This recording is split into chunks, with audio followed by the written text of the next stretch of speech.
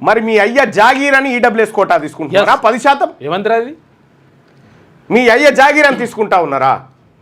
తెలంగాణ రాష్ట్రం అగ్గిగుండం అవుతుంది బీసీల నోట్లో మన్ను కొడితే. అప్పటి బీసీలం కాదు, వాళ్ళంతా ఒక్కటైన బీసీలం. ఇంత అన్యాయమా? ఇంత సోషల్ మీడియా, ఇంత ప్రజలు, ఇంత మేధావి వర్గం అంతా కళ్ళారా చూసుకుంటా బీసీలకు అన్యాయం జరిగిందని చెప్తా ఉంటే వీళ్ళే జీవోలు ఇస్తారు, వీళ్ళే కోర్టుకు పోతారు, వీళ్ళే దొంగ నాటకాలు. మళ్ళా ఈబీసీ రిజర్వేషన్లు మింగిపోతారు, తర్వాత ఇక ఈడబ్ల్యూఎస్ ఏమంది ఇది? మన రాజ్యాధికారం రావాల్సిందే అన్న. మనం ఓట్లు మనం వేసుకోవాలి. ఇంకో ఎన్నిసార్లు వేణుగోపాల్ రెడ్డి రెడ్ల జాగృతి రాష్ట్ర అధ్యక్షుడట. అగో ఇదొక జాగృతి చూసిరా.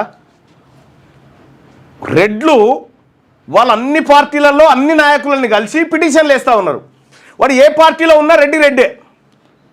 ఇక మన బీసీ అయినా ఆ పార్టీలో ఉంటే అయ్యో నేను కాంగ్రెస్ పార్టీ కదా, ఈయనేదో మొల్దారాన్ని కట్టుకొని పుడితేనే మొల్దారాన్ని కాంగ్రెస్ పథకం కట్టుకొని